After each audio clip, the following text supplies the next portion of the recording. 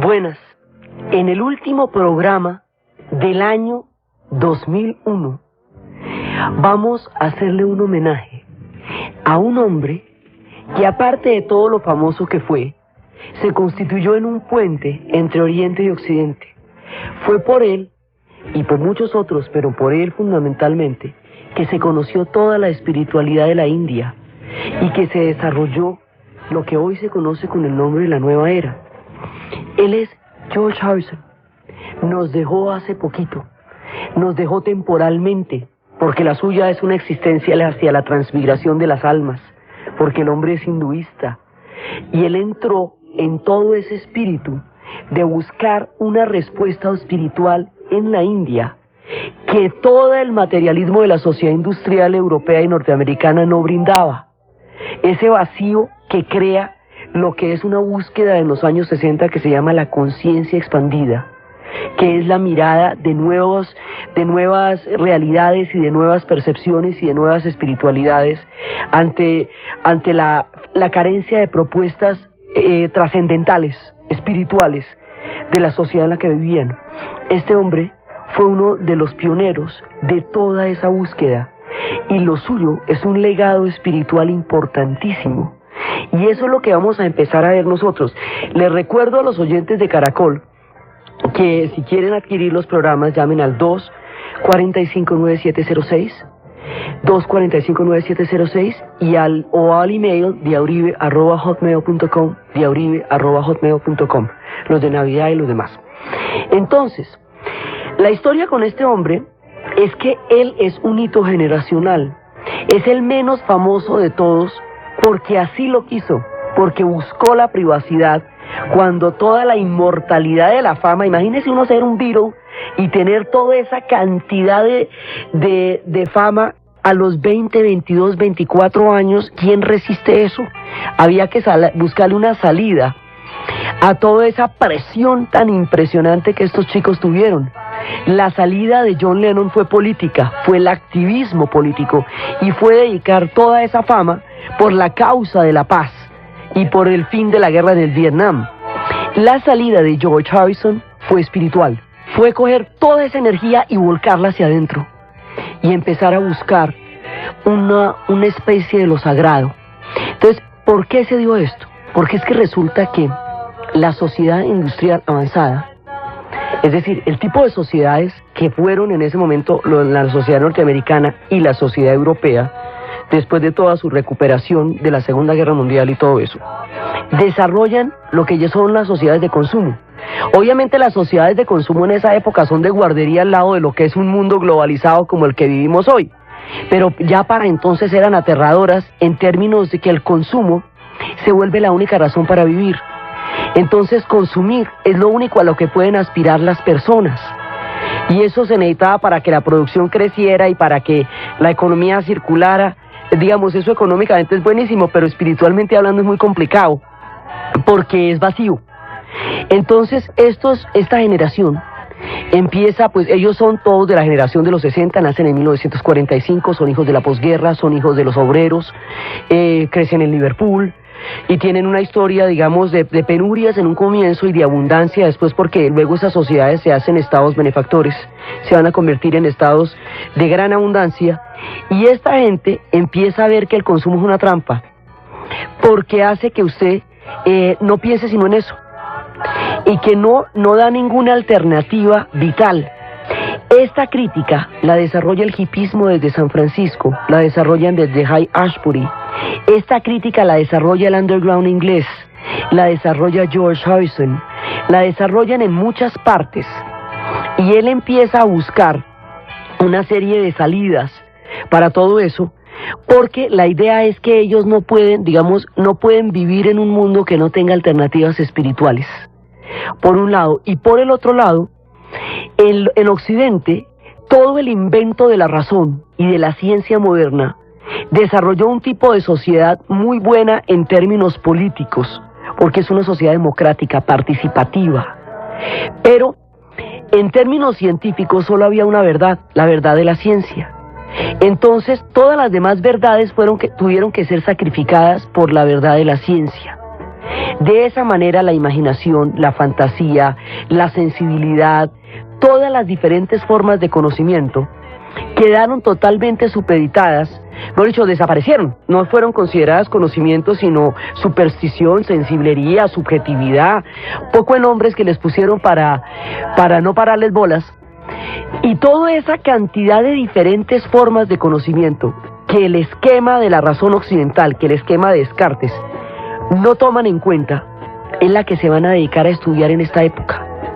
Y empiezan a concebir que hay diferentes realidades y que hay diferentes percepciones, que no hay una única realidad, que la realidad no es la misma para todos, que cada cual tiene una percepción diferente de la realidad y que hay diferentes canales a través de los cuales esa realidad puede ser percibida.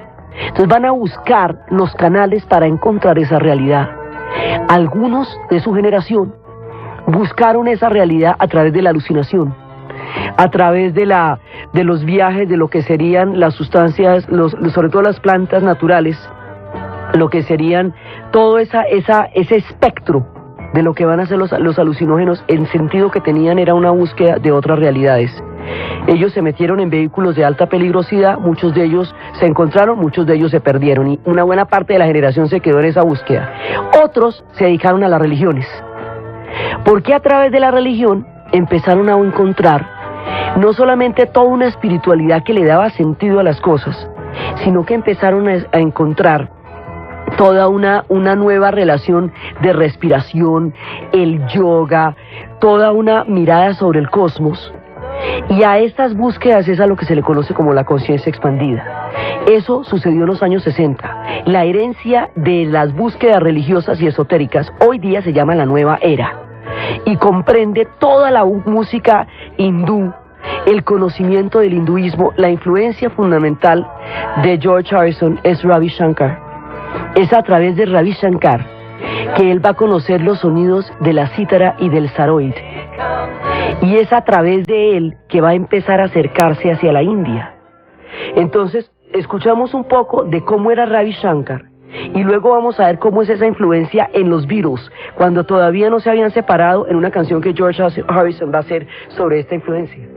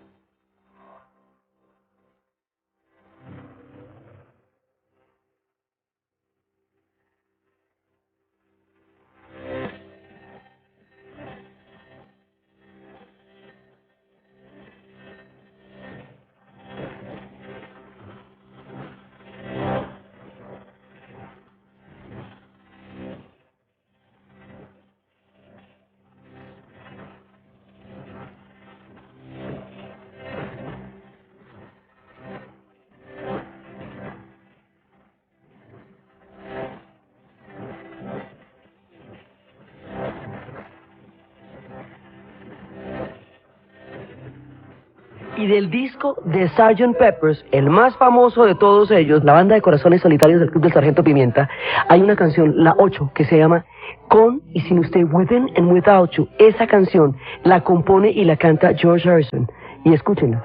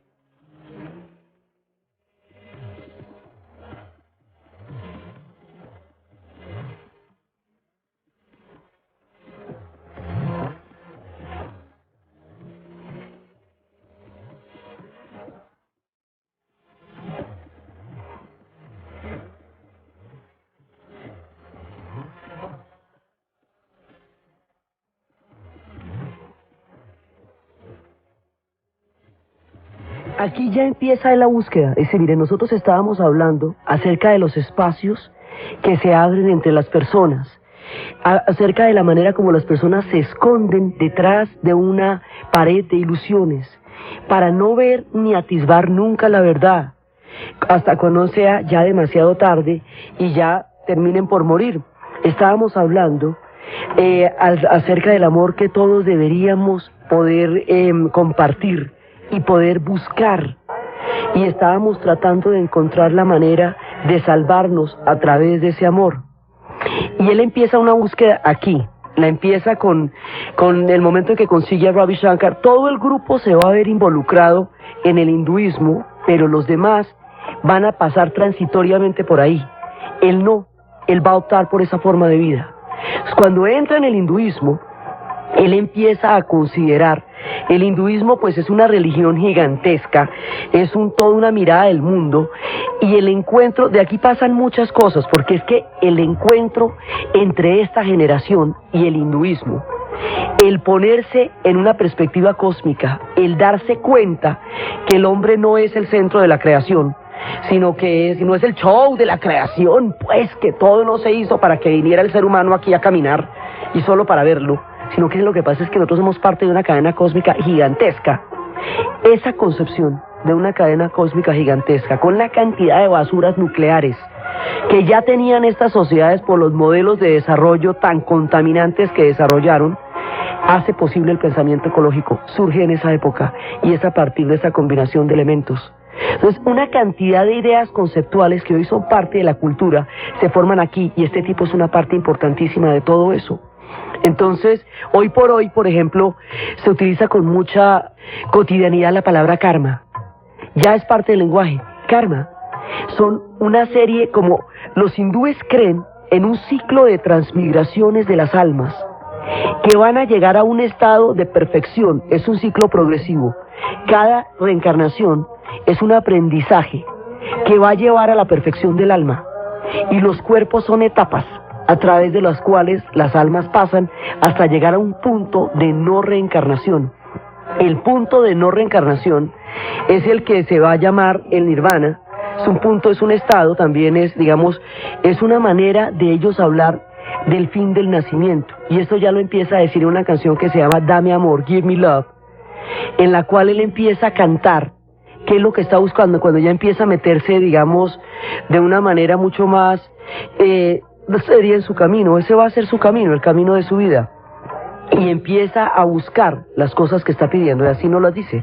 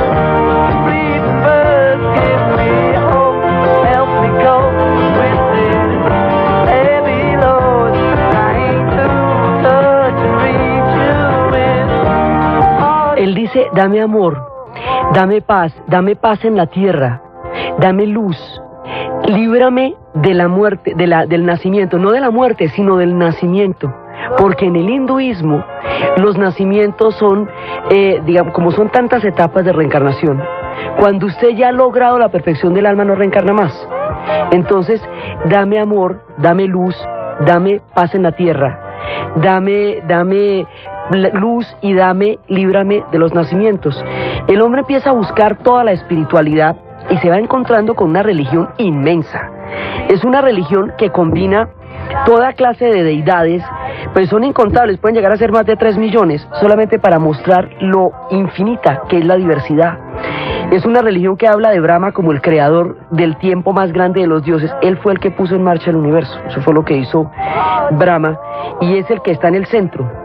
Y los dioses hindúes son dioses duales, porque son dioses de la creación y de la destrucción. Así Shiva es uno de los dioses más poderosos, porque él puede ser una zeta feroz, puede ser el destructor de los demonios envuelto en serpientes y con coronas de cráneos, puede ser el señor de la creación bailando en círculos de fuego, símbolo de la masculinidad y de la fecundidad, y es una mezcla de cultos y de viejos dioses y de templos. Todo eso es él. Entonces, cada uno de estos dioses es tan dual y contradictorio como es el alma humana. Parvati, la esposa de Shiva, es la hija de las montañas del Himalaya y es la hermana del río Ganges. Y con el amor ella tentó a Shiva y le devolvió al ascetismo, y ella representa la unidad entre los dioses y las diosas, entre el hombre y la mujer. Y así van creándose toda clase de dioses. Uma es una de las criaturas de la luz y de la belleza, que es otra forma de Parvati, porque una manera como el hinduismo va a lograr amalgamar, establecer sincretismos entre tantos dioses, es considerando que cada dios es una reencarnación del otro, y a las reencarnaciones las llaman avatares. Entonces esta diosa Parvati tiene varias reencarnaciones, una de las cuales es la luz, es la belleza, son las manifestaciones suaves, es la mediadora de conflictos entre Brahma y los otros dioses, y así cada una de ellas va dando, y hay dioses, así como hay dioses de bonitos, así como Uma, los hay terribles. Kali es otro aspecto de Parvati, convertida en la diosa feroz de 10 brazos. Esta es una mujer criminal, Parvati es una diosa de la muerte, montada en un tigre que dispone de armas contra dioses y demonios, y son muchos aspectos de una misma diosa, como tantos aspectos tiene la naturaleza humana. Entonces toda esta mezcla de elementos y de espiritualidad, todo lo que son las formas del yoga, los Vedas, el Bhagavad Gita, todo eso va a ser la búsqueda de George Harrison. Y como George Harrison era un tipo totalmente inmortal por haber sido parte de los Beatles, su búsqueda espiritual se vuelve la búsqueda espiritual de una generación.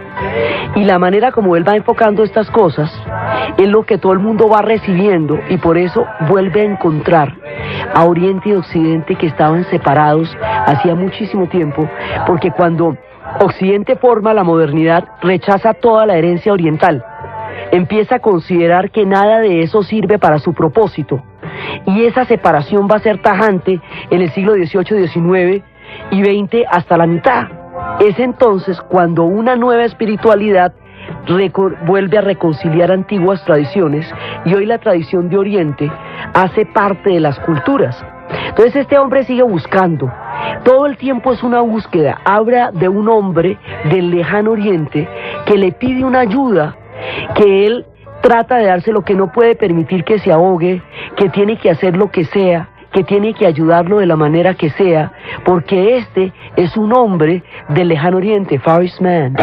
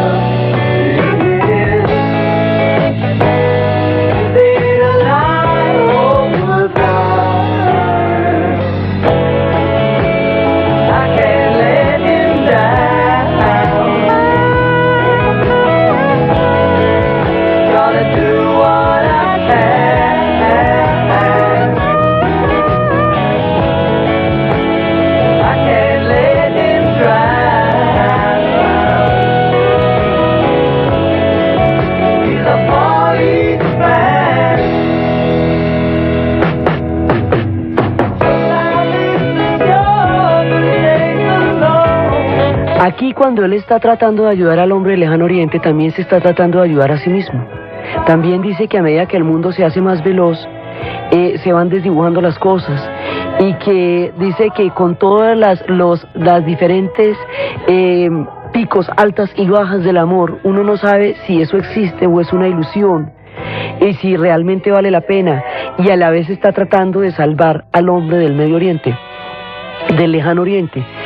Este hombre está buscando todo el tiempo, cada una de sus canciones es un testimonio de búsqueda espiritual, y esa búsqueda va a ser la constante de toda su vida, y esa espiritualidad va a través de la música a ser conocida por toda una generación. Entonces, la conciencia expandida tenía varias fases. Una es la búsqueda de lo trascendental, de lo profundo, de lo, digamos, del sentido último de la vida, porque la esencia misma de la vida no puede ser el consumo. O sea, no puede ser que todos estos siglos de civilización, de barbarie, de dolor, de heroísmo que ha recorrido a la humanidad en su conjunto se justifiquen por llegar a tiempo a una barata de temporada, porque eso quedaría patético. Entonces esta gente dice, no, es que aquí tiene que haber algo más. Y el consumo es apenas un reflejo, una capa, un pedazo de la vida, pero eso no puede ser la vida. Entonces es toda esa búsqueda, y en esa búsqueda él quiere acercarse a su Señor, a su dulce Señor, My Sweet Lord.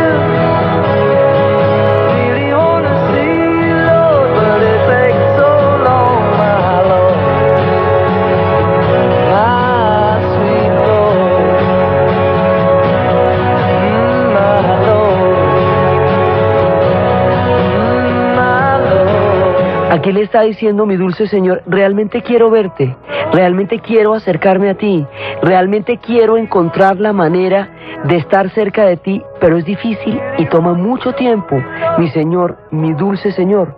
El hombre todo el tiempo está buscando de muchas maneras un elemento común, lo trascendental, lo sagrado. Lo busca a través de los señores, de su dulce Señor, lo busca a través del hinduismo, es toda su búsqueda espiritual del dulce Señor.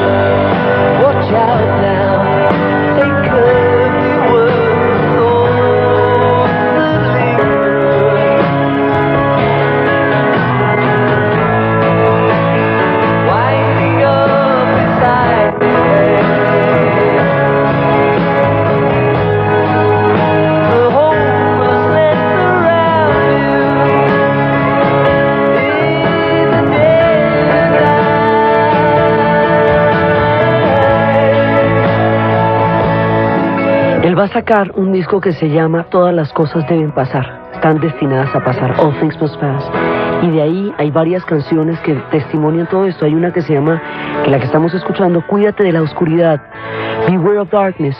Es un llamado de atención, te dice al alma, directamente al alma. Entonces le dice al alma que se cuide de la oscuridad, que se cuide de los personajes oportunistas, de los balancines que van cayendo a tu alrededor, de la gente que se balancea y cae a tu alrededor, de los pensamientos que son obsesivos y de anidan por dentro y no dan salida, de la desesperanza que se cierne alrededor de la gente y que lleva a la muerte en la noche. Cuídate de la tristeza, le dice, porque esa sí te hiere, esa te golpea, y lo que es más, ni siquiera es para lo que estamos acá.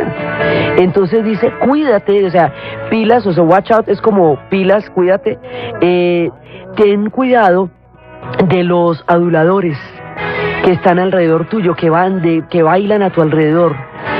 Ten cuidado de todos esos personajes oportunistas que bailan alrededor tuyo. Ten cuidado de los líderes ambiciosos. Ten cuidado del Maya. Maya es la manera como en el hinduismo se concibe a la ilusión. Y la ilusión es todo aquello que solamente es importante en lo superficial, pero que no lleva a lo profundo del alma. Entonces se le va contando a uno como los peligros para el alma. Entonces dice que se cuide fundamentalmente de la oscuridad, que de eso es de lo que más se debe cuidar porque ensombrece el alma. Pero por esa vía también que se cuide de la tristeza, de la desesperanza, de los oportunistas, de los ambiciosos, de los demagogos y de todo lo que constituye la ilusión del alma, que es el Maya. Entonces así es una manera de decirle a la gente, no se enrede, siga adelante en la búsqueda del alma. El sentido transitorio que todo tiene dentro del hinduismo. El hinduismo es una religión que fluye, eso no tiene dogmas, no tiene, digamos, una estructura teórica como lo tienen otras religiones. Es una actitud ante la vida, es una manera de participar de la divinidad, es una concepción de lo sagrado de múltiples maneras. Y es una actitud frente a la vida y la muerte, porque como son ciclos, entonces la muerte no tiene la connotación de fin, sino es un cambio de etapa. Por eso el hombre ahorita se nos muere, pero a nosotros. Él, fresco, él sigue en los avatares de las reencarnaciones del mundo de los hindúes. A nosotros fue al que se nos murió George Harrison, por lo menos en la carne, su música está ahí. El hombre nos cuenta que todas las cosas tienen que pasar, y nos cuenta cómo es ese carácter transitorio. All things must pass.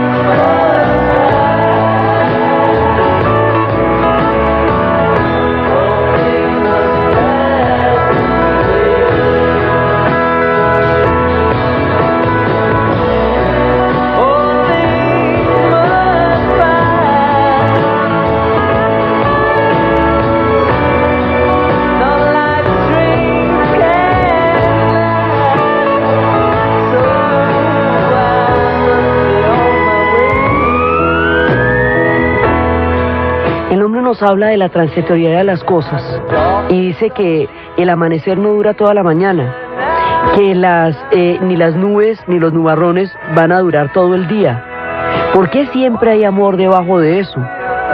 Que todo tiene su momento y que todas las cosas van a pasar. Entonces dice que no siempre el cielo va a ser gris, todas las cosas van a pasar. Entonces dice que la oscuridad tampoco se queda toda la noche, que no es sino que amanezca para que se disperse, que la luz del día va llegando en el momento preciso y no siempre va a ser gris, que todas las cosas van pasando, porque el destino de las cosas es pasar, que nada de eso se va a quedar para siempre, que son como diferentes cuerdas que la vida deja pasar y que todo va teniendo un momento. Entonces que ni las grandes tristezas ni nada de eso está allí para quedarse, son fases porque el amanecer no dura todo el día, ni el atardecer dura toda la tarde, ni la oscuridad. El mayor remedio contra la oscuridad es simplemente que amanezca. Entonces de esa manera nos va metiendo en la transitoriedad de todos los diferentes estados del alma, por fuertes e intensos que aparezcan en un momento dado, y todo eso se va dispersando, porque nada de eso está destinado a durar, porque todas las cosas van a pasar, y así es que se titula todo el trabajo. Son como 3 discos que se llaman Que todas las cosas deben pasar, y así va él dando su búsqueda espiritual, y él, después de que sale de los Beatles, va a entrar a formar un grupo, digamos, un combo más que una banda, de grandes supermúsicos, donde va a estar Eric Clapton, donde va a estar Bob Dylan, donde van a estar una cantidad de los grandes personajes que crearon la música rock en su tiempo. Esa es la época de While My Guitar Gently.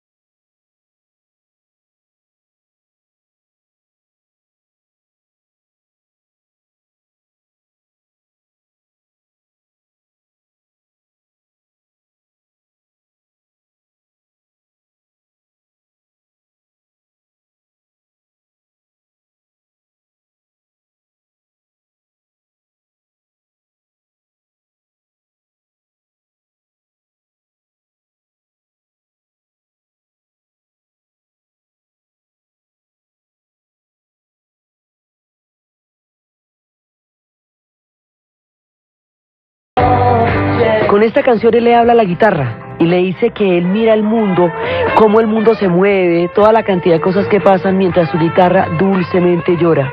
Dice que de cada error uno debe ir aprendiendo mientras la guitarra dulcemente llora. Le dice que le ha de advertir a la guitarra cómo aprender a manejar su amor, cómo no venderse, cómo no pervertirse, cómo no comprarse. Que la guitarra no podía volverse todo ese tipo de tráfico de consumo de cosas, porque la guitarra es otra cosa diferente. Dice, yo he debido advertirte, y le está contando todas esas cosas a la guitarra, y mientras su guitarra dulcemente llora, el hombre le está contando de una manera muy espiritual un diálogo con su guitarra, por el sentido que tiene que tener lo que hace y lo que toca, mientras su guitarra dulcemente llora. Entonces, cuando él está, digamos, con los super músicos de la época, porque en ese momento Eric Clapton era uno de los dioses, pues así, era declarado el guitarrista más poderoso de toda la época, era un tiempo en que eran, digamos, las divinidades del rock, En ese momento, cuando el hombre está en la cima de la fama y cuando está en el combo más poderoso de rockeros, es cuando utiliza todo eso para un fin humanitario. En el momento en que él está en ese esplendor, digamos, musical y creativo, sucede una guerra devastadora en lo que hoy se conoce como la República de Bangladesh. Entonces la historia es que en el momento en que se parte la India, va a quedar con toda la tragedia de la partición, la guerra civil, el millón de muertos que costó el partir la India y el crear el Estado musulmán. Se creó un Estado musulmán que se conocía como Pakistán.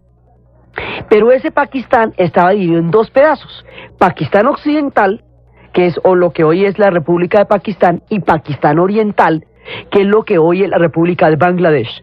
Este Pakistán Oriental quedaba a 1500 kilómetros por entre el suelo de la India del otro, y lo mandaban desde allá. Entonces hágame el favor y me manda un telegrama, un fax o una ordencita de compra desde un lado al otro por entre 1500 kilómetros de la India. Eso no se podía sostener. Además, los pakistaníes, Pakistán significa el país de los puros, eran un estado fundacionalmente religioso y consideraban que la gente de Bangladesh estaba demasiado inmersa en la influencia del hinduismo, que era un islam muy hinduizado. Entonces resulta que la gente de Bangladesh, del Pakistán Oriental, empieza la independencia y el Pakistán Occidental la va a impedir, y para impedirlo lo cerca por hambre y les produce una tragedia humanitaria de unas dimensiones absolutamente terribles y dantescas. Un pueblo cercado por hambre, famélico, con las imágenes más terribles del mundo, que es una situación parecida a la que vivió Biafra, y desde ahí estos se vuelven los nombres del hambre, o la que viviría Etiopía ya después, no por la guerra sino por una sequía del Sahel. Entonces, en este momento, cuando Pakistán realmente sangra, cuando Bangladesh, que es Pakistán Oriental, realmente sangra, hay que hacer algo por ese pueblo. El conflicto se va a resolver más adelante cuando la India intervenga para asegurar la independencia de Bangladesh y no tenga más remedio Pakistán Occidental que aceptar el hecho. Pero mientras tanto es terriblemente doloroso, es una catástrofe.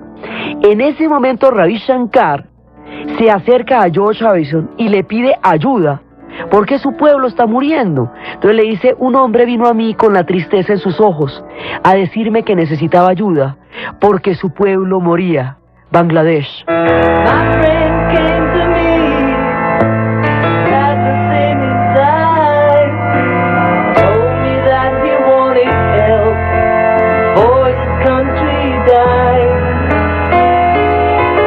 Although I couldn't feel the pain, I knew I had to try. Now I'm asking home, help us save some lives.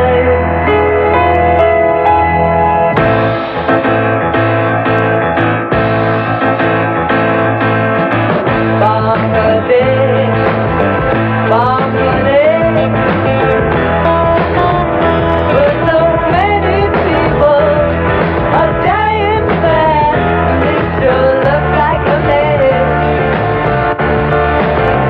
I've never seen such betrayal. I want you to raise your hand, try to understand really the people of Bangladesh. Bangladesh, Bangladesh, such a great disaster. I don't understand, but it sure looks like a mess. I've never known such distress. Now please don't turn away. I wanna hear you say it to the people of Bangladesh.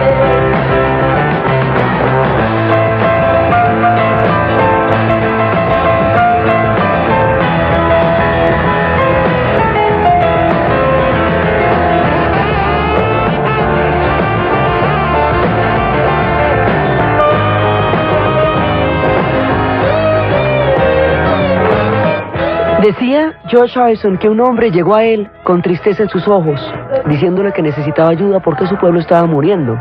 Entonces decía, aunque yo no podía sentir efectivamente su dolor, sabía que tenía que hacer algo, que tenía que convocar para poder salvar vidas. Para eso se hace en 1971 en el Madison Square Garden de Nueva York el concierto para Bangladesh. En el concierto para Bangladesh van a participar todos los propios, Eric Clapton, Bob Dylan, Leon Russell, todos los grandes que en ese momento estaban metidos en la música. Van a participar una constelación de estrellas que va a ser en sí mismo un trabajo musical imponente, sobre lo cual se hizo una película.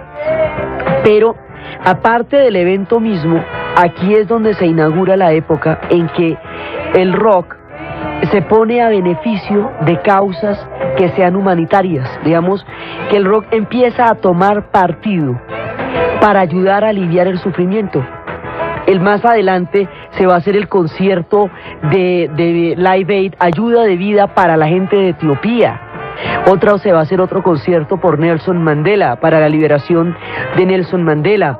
Va a haber otro concierto por Amnistía Internacional, para apoyar a toda la gente que está haciendo esa labor de Amnistía Internacional. Después va a haber otro concierto. Ahora, con las Torres Gemelas, se presentó otro concierto. La idea es que todo esto que va a suceder después, que es poner toda la media, toda la movilización de medios de comunicación, de masas, de música, de disqueras, de todo eso, al beneficio de una causa, es originalmente idea de George Harrison y de Ravi Shankar, porque él se sentía profundamente involucrado con el género humano y todo dolor le era propio. Era uno de esos espíritus magnánimos que se sentía parte de todo lo que era la creación. Otra parte del hinduismo también es el que todas las formas de vida están conectadas. Todas las formas de vida están juntas las unas a las otras y el sufrimiento afecta a todos. Y él sentía parte de eso. Él está en el hinduismo, está en el budismo, tiene raíces protestantes. Por eso habla del Señor, y habla del Señor en un sentido muy amplio de la palabra. Habla del Señor en un sentido universal. Entonces este hombre lo que va a hacer es mezclar toda esa espiritualidad, llevarla a la práctica en un concierto de ayuda gigantesco, porque lo que fue lo de Bangladesh fue un evento mayor, inaugurando de esa manera una forma de contribuir a que las cosas sean menos terribles dentro del sombrío espectro del sufrimiento humano. Todas estas cosas le preocuparon a este hombre en la vida. Le preocupó la espiritualidad, le preocupó que la fama nunca lo convirtiera en un ser incapaz de reconocer su propio espíritu. Le preocupó la privacidad, nunca quiso ser el más popular.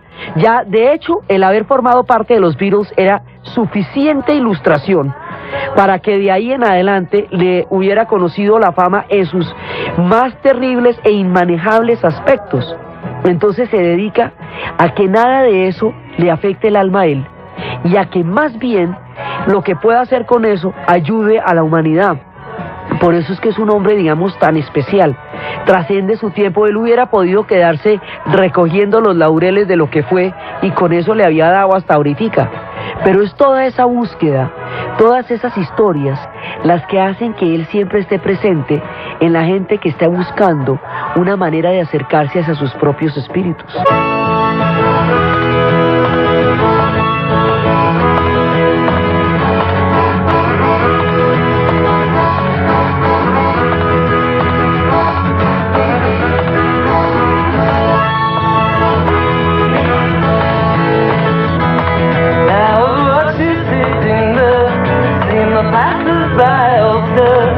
Like he has no place to go, but there's so much they don't know about apples grow.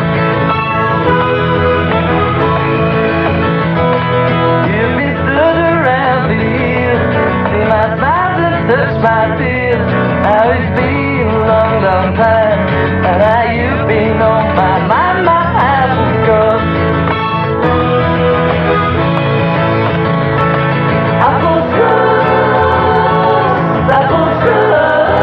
La búsqueda de George Harrison y de su generación nos hizo mirar el mundo de otra manera. Nos hizo tener en cuenta una gran cantidad de cosas que antes no eran vistas de esa forma. Esto fue una búsqueda que se dio a muchos niveles. Esta es, digamos, la búsqueda de la conciencia expandida. Hace que en la medicina se entren a considerar las tendencias de la medicina tradicional china, de la medicina no alópata, porque empiezan a buscar cómo en la medicina no se puede hablar de un cuerpo, una vesícula de la cama 4, sino que resulta que la vesícula de la cama 4 pertenece a un personaje que se llama Pedro, y hay que preguntarle a Pedro si es feliz o no es feliz con la vida. La relación entre el cuerpo y el alma, entre la enfermedad y el sufrimiento, la razón por la cual empiezan a buscarse las esencias florales, las historias del bien morir, toda la nueva era en cuanto a aromaterapia, todo eso es búsqueda de la conciencia expandida. Se busca la conciencia expandida en otra manera de mirar el universo, concibiéndolo de una manera cósmica. Ellos no niegan la razón, ni niegan la ciencia. Dicen que es una parte del conocimiento, que el conocimiento es una cosa mucho más amplia, que involucra todo lo humano, que involucra efectivamente los sentimientos, las emociones, los recuerdos, las fantasías, que en todo eso hay conocimiento. Esta apertura mental va a permitir conocer la herencia árabe de los sufis, va a permitir conocer el zen japonés y el budismo zen como tal, el poder del instante, va a permitir concebir la grandeza del cosmos y una gran cantidad de aspectos de la vida que no eran tenidos en cuenta porque solo se miraba un lado de las cosas. George Harrison contribuyó a todo eso, contribuyó a crear un clima de apertura mental y espiritual que hiciera posible que las civilizaciones se encontraran. Lo hizo a través de la música, lo hizo como testimonio de vida, y por eso es que hoy, en el último programa del año, en esta mañana de domingo, le dedicamos a este hombre cuya herencia espiritual nos debe acompañar en la dulzura de su música, este programa.